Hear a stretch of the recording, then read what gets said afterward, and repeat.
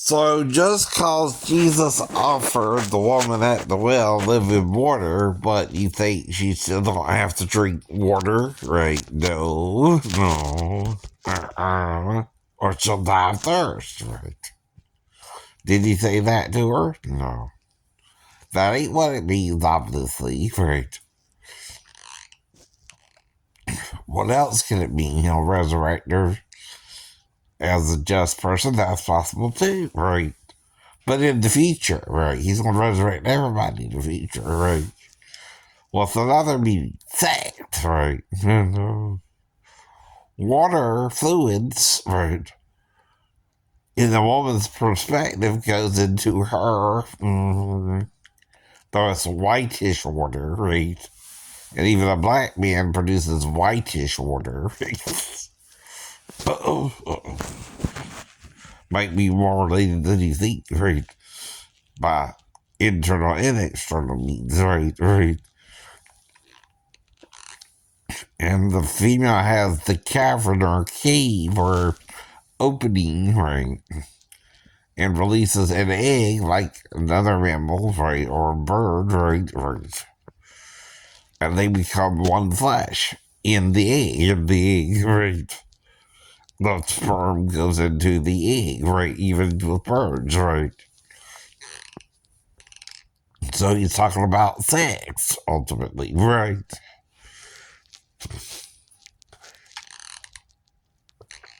Like I said, there are four meanings to it. He ain't telling an adult still drink water, right? Water is a source of life, right? He's not telling her, right? She'll never have to drink water again, right? Ever. Unless she's truly immortal, and then it don't matter if you drink water or not, huh? Right? What's the difference there? Well, you don't need any physical substance. If you eat or drink, it's a choice, right? You don't have to. It won't kill you if you don't. Right. To be truly immortal means no matter what you do, right or wrong, right, in life, right, you won't die, right, from it, right. All right, so if I'm immortal, right, and you can't kill me, right, the reason is God is to the spirit raising me from the dead, right. It's nothing I'm doing, right, or not doing, right or wrong, right or wrong. It's that I'm acknowledging it, right. So it don't matter what I do. If you put me in the desert and God makes me immortal, I will not thirst to death. I'll just be thirsty a lot, right? Right. So if I drink water because it's hot in the desert, am I doing something I need to do mortal or immortal? Maybe. Right. Drinking water is something we're biologically programmed to do, right? We're programmed to eat, drink, any fluid. You can make even grape juice from the juice of a grape, right? So that makes something neat, right? You can make beer, alcohol, right? But the problem with alcohol is excess, not drinking a little. Problem is you don't want to drink just a little, right? You might be better to drink water though than alcohol, right? Or wine, right? Now, I'm telling you a story about the wine at the feast and them running out, right? What difference do you think Jesus did in serving the man water if that's not the only feast you would run out of wine with, right? Well, there's only one fluid that would look like wine, which is water mixed with a dye, right? But if you drink that stuff, it'll taste like crap, right? Oh, no. Do you understand what I'm saying? Yeah. But if you drink water, period, right, it'll taste better than what you were served before, right? The man who was served the wine didn't know it was wine or water, right? He was just serve the fluid, right? Right. But Jesus didn't doctor it or try to make it look like wine, right? That's why he liked that drink better, right? And he didn't ask either, right? He just trusted the attendants that they were serving him wine, right? No, come on. That's the truth of it, too, right? That's not lying about it. That's not embellishing it, right? The story itself, right? John did, the disciples did, right?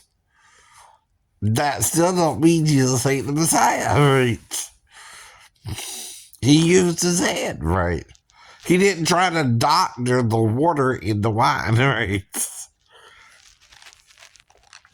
But other people probably did, right? To get away with it, right? That's dishonesty. Don't you think the Messiah would honestly serve you wine or water, right? If he ran out of wine, right? And who is the bridegroom, right? The bridegroom is never identified in the story as a person identified other than possibly being Jesus, right? And why didn't he get involved with it? Because the wife's father pays for the wedding, right? He's not supposed to have nothing to do with it. I mean, right? I told you why. I told you why. You just won't listen. You think you know everything, right? By fucked. Did I say fucked? Messed up men, right? Who think supernaturally or not naturally. And they overdo it, right? Why do you think I'm bringing all this up? John did too, right? But you're not listening.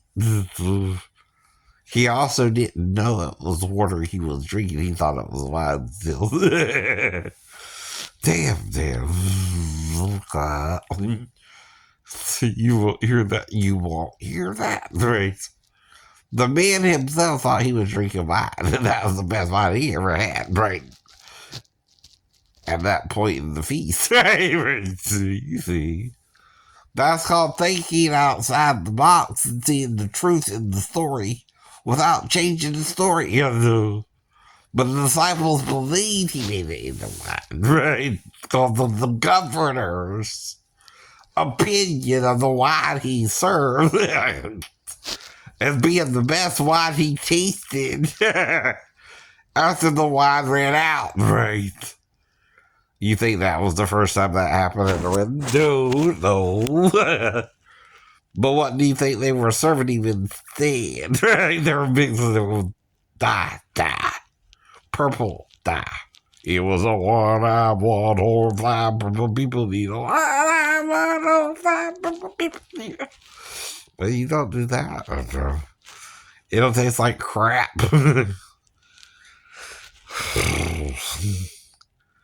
And John still told you the man didn't know it was water or wine, right? He was being served, right?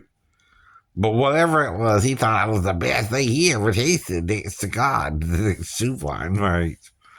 Oh. That's the real story, by the way. The full story, right? Jesus never said it was wine, right? The disciples did. That's called following someone blindly, right? And believing the governor over the truth. Yes, I know. The governor is the one they thought, right, testified that the water was down the best wine he ever tasted, right? But he didn't know it was water he was drinking. No, he didn't. And he still thought it was wine he was drinking it, right? Do you understand? That's all it is. That's all it is. And Jesus didn't embellish it. They did. They did the 12. He didn't lie about it. The governor didn't either. No one lied, right? Knowingly. Don't just see what I'm saying to you, right? I didn't sleep with a 15-year-old girl knowingly. If she was 15 or not. But the problem is, if she wanted to be with me at all, right? Guess when she can only be with me at all? Right. I don't know. Right. Why would she do it out the blue? Both women don't even try to make a move on me right during the day, right? Especially during the day, right? Not all now, right? I had 17 make a move on me, and I know they made a move on me, right? From Molly Z all the way back to the girl at Shay's party, and I remember all the women I had sex with, right? If I'm not remembering you, honey, someone was stalking you and knocking me out, or stalking me and knocking me out, right? One or the other or both, right? I'm not trying to forget you, right? Is what I'm saying. If I'm more than a woman like you, I don't know, right? But I'm glad you do if you do, but I don't know if you do or don't, so I treat you like a new person I'm meeting for the first time too, right? You ain't gotta worry about it, right? I don't think every woman's trying to fuck me, right? Or won't sex with me. But I know we could. But if I go somewhere to eat, I'm just going to eat the food. Not that I couldn't, if you wanted me to, right? Eat you either. Metaphorically and literally speaking, right? That means something else, right? Nor do I know you, right? Even if we go to a store we both go to, right? Even if it's more than once, I find you there, right? Which is, that's an odd thing, though, right?